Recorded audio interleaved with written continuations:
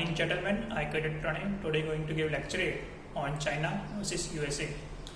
USA and China are two most powerful countries in the whole world. There are many similarities between both countries. First, they are developed countries. Second, they lead the world economy. Third, their export is greater than their import.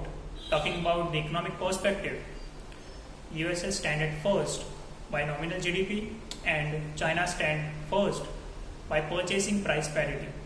In 2021, both countries shared together around 42% and 35% of world's entire GDP, which is itself a great thing. USA is fifth richest country in the whole world after Luxembourg, Switzerland, Norway and Liechtenstein, and China stand at around 63rd rank. Talking about the population, China has a population of 141 crore, which is making China the world's most populous country, and USA has a population of 33 crore. Talking about area, China is having more land as compared to USA, but if we include maritime boundaries, then USA is having more area than China. Thus, USA is at the rank of third, and China is having a rank of fourth. And talking about the natural resources, China has abundant amount of coal, iron ore, natural gas, petroleum, aluminium, manganese, zinc, uranium, arsenic, etc. And USA also has abundant amount of coal, iron ore, petroleum, natural gas, gold, silver, arsenic, bismuth, bauxite.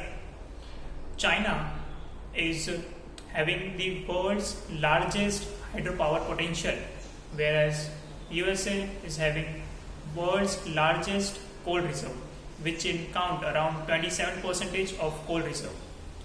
Talking about the most important aspect, the military aspect. The military budget of USA is around 738 billion US dollars, whereas of China is 252 billion US dollars. Talking about the manpower, active plus reserve personals of China is around 29 lakh, whereas for the USA it is around 22 lakh. In terms of armored fighting vehicles, tanks, destroyers,